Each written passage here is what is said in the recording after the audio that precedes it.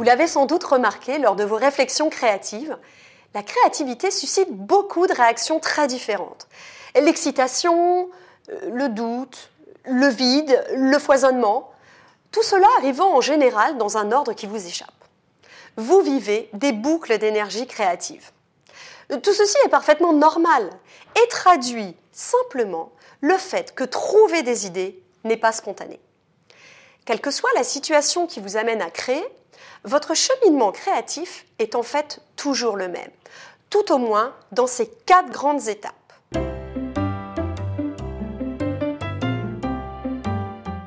C'est le mathématicien français Jacques Hadamard, dont les travaux principaux portent sur l'émergence de l'intuition mathématique, qui est à l'origine de la formalisation du processus créatif. Je vais me prêter pour vous au jeu de l'illustration visuelle pour vous faire découvrir ces 4 étapes.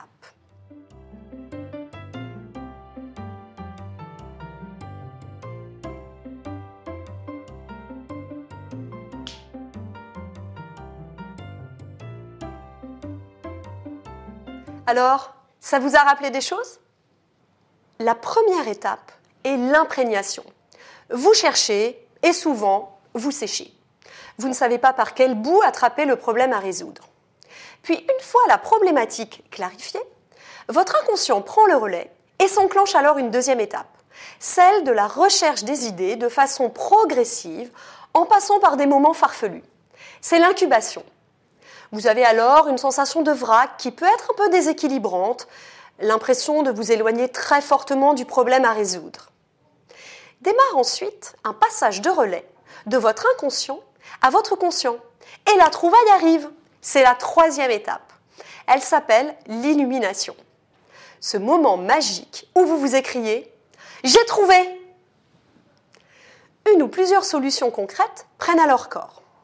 La dernière étape, l'évaluation, est proche de celle d'une vérification scientifique qui va vous permettre d'évaluer la pertinence des solutions trouvées.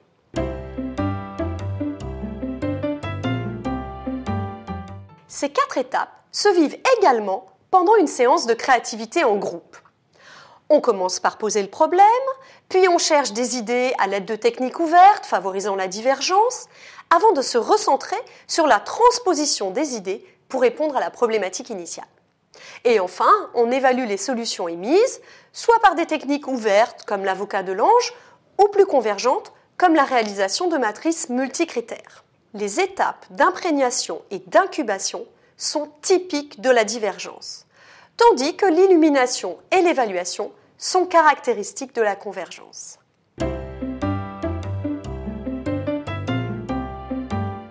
La distinction de ces 4 étapes donne à la créativité une dimension méthodique qui motive souvent les personnes peu habituées à ce genre d'exercice.